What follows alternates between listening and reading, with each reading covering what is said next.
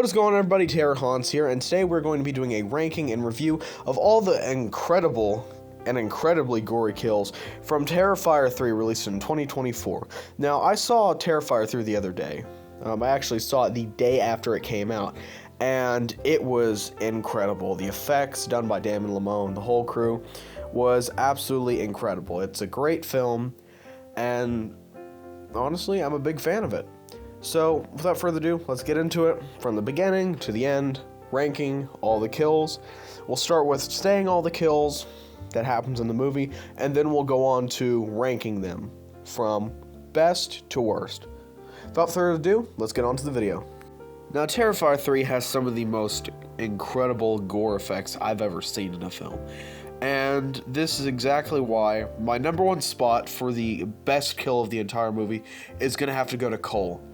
Cole's kill was so incredibly over-the-top gory that I literally cannot even show it on YouTube. It is that bad. Art starts by slicing the chainsaw into his, fucking kneecaps, which cuts his legs halfway through, to where they're just barely attached, and he runs away, tries to, then one of them snaps off his leg, and then he falls to the floor crawling away. Then after Art's done killing his girlfriend, Art walks over to the guy, rips off his other leg, and then she revs up the chainsaw and continuously sticks it up the guy's ass over and over again before ripping upward and then flipping the guy over and starting at the groin area and fucking sawing him in half going up. He pretty much did the hacksaw scene but with a chainsaw, and it's so much worse. And after that, because the room is genuinely covered from floor to roof in blood, not only that, he then fucking decides to do a bloody snow angel on the ground to top it all off. And I think it's very fair to see why this is my number one spot for the number one kill. Now, my number two spot for the second goriest kill is going to have to go to Aunt Jess. Now, Aunt Jess, her death is brutal. They take her, tie her to a chair, grab a plastic or glass tube, I don't know which, and use a wooden mallet to hammer it down deep into her throat, and then they force rats down her throat with a fucking blowtorch. And then they slit her throat open, and the rats come spewing out of her throat. And when I saw this in theaters, I was like, holy shit.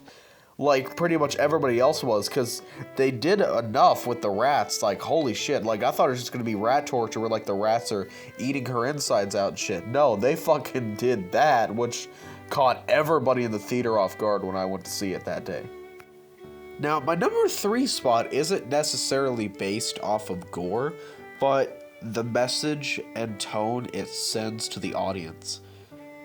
My number three spot for the best kill of Terrifier 3 will go to the unnamed son in the movie who gets fucking butchered in the first, he is the first kill of the movie. And the reason why this kill is at number three for me, even though you don't even see anything until afterwards, is because you hear the audio, and up to that point, Art doesn't say or do anything goofy. You don't even see his face. He is dead silent. And that really sets the entire tone for the movie just right there. It shows this time Art isn't fucking around. He's getting straight to business, and he's not doing anything to stop him. Following that kill, we're going to move right on into another one, because that's all there really is to say about that one. My number four spot is going to go to Dennis. Dennis is one of the exterminators and demolishers that shows up to the abandoned building where Art resides. And he walks up to the attic and finds Art just sitting there with an absolute excellent Black Christmas reference. And just walks up there. Art grabs the guy, pins him to the floor, crucifies him to the floor by nailing his hands down to the floor, and then uses a box cutter to scalp the guy, and then he rips the guy's fucking face off with his bare hands. Which, that scene caught me off guard. I was like, holy shit. Because that was insane right there. But yeah, that is number 4. Now let's move on to kill number 5. My number 5th spot for the best kill of the film is going to go to Mia, who was Cole's girlfriend in the film. And she was the one I was mentioning that is killed during the same shower scene. And her kill is, you know, the whole shower scene is kind of a reminiscent homage to Psycho, the classic Alfred Hitchcock film. And what happens is, when Art slices through the glass, he then, you know, cuts the legs of Cole, and then Cole starts trying to run away, but then his leg snaps, so he's crawling. And then Art goes after Mia by cutting the shit out of her with the chainsaw. He's just slicing her up, and then turns her damn head into fucking pancakes, pretty much. And then he takes his fucking Christmas glasses off and puts them on her. Then he takes his attention to Cole.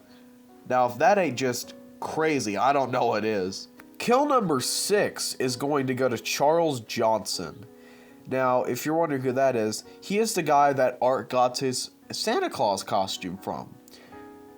Charles Johnson is a man sitting in a bar dressed as Santa Claus, sitting with his friend Smokey, played by the fucking horror movie legend Clint Howard. And what happens is, Art goes in there making a big goober of himself. Then, whenever he pisses on Charles Johnson's leg and spits vodka in his face, which, for one, seeing Art drink a shot after cheersing everybody is fucking iconic as shit right there.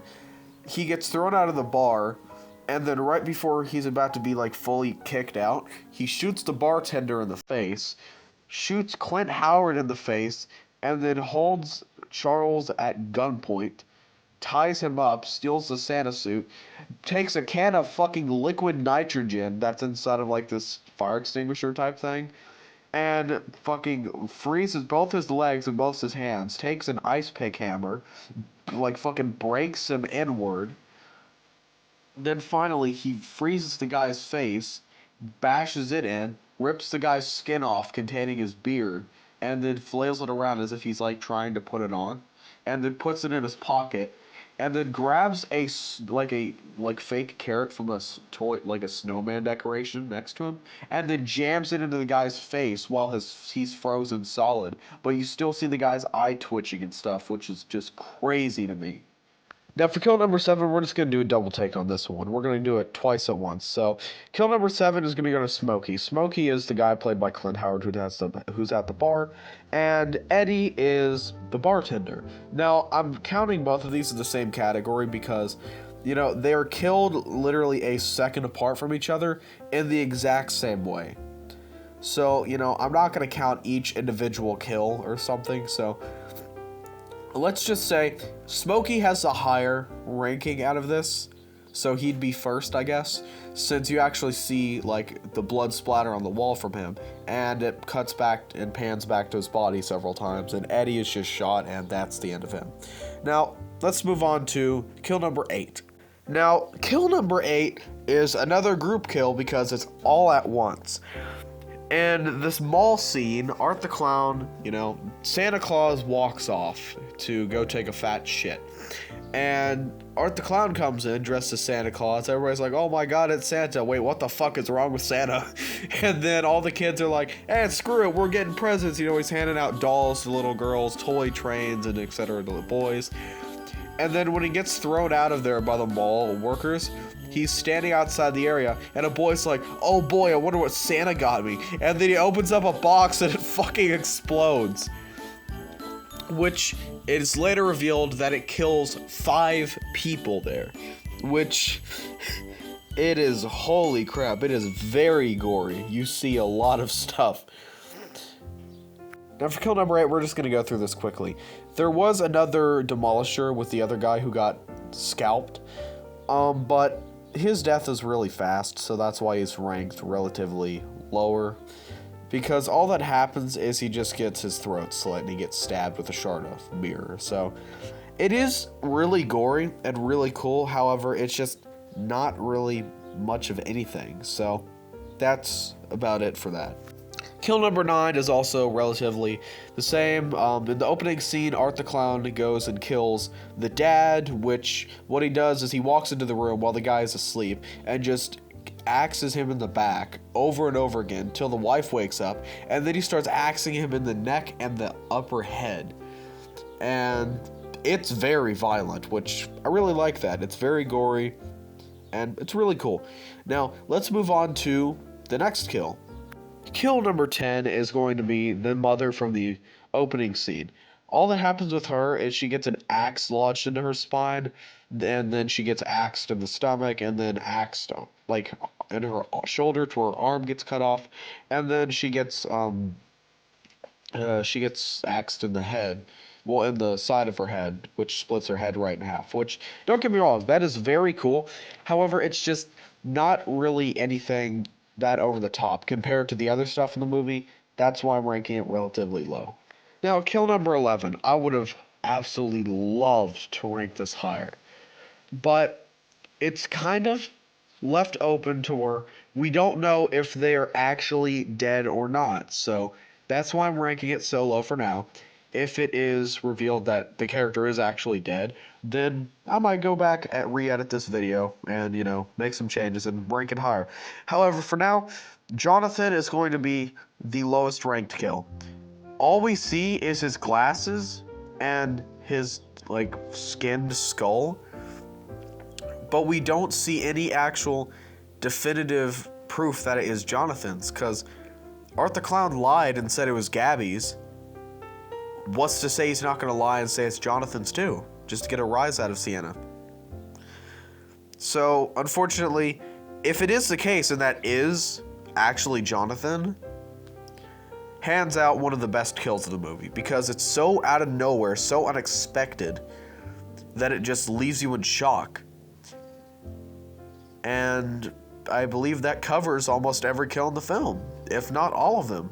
Now, that's been my ranking of all the kills in Terrifier 3. I really hope you enjoyed the video. If you did, make sure to like, subscribe, and share. And I'll be doing one more video on Terrifier 3 because I don't want to milk it too hard. The next video is going to be ranking the Terrifier movies from worst to best. And it's basically just going to be a way for me to talk about the Terrifier films from the past 3 and what we think could happen in the future. And without further ado, this has been Terror Haunts. Hope you enjoyed the video. And that's it. See ya.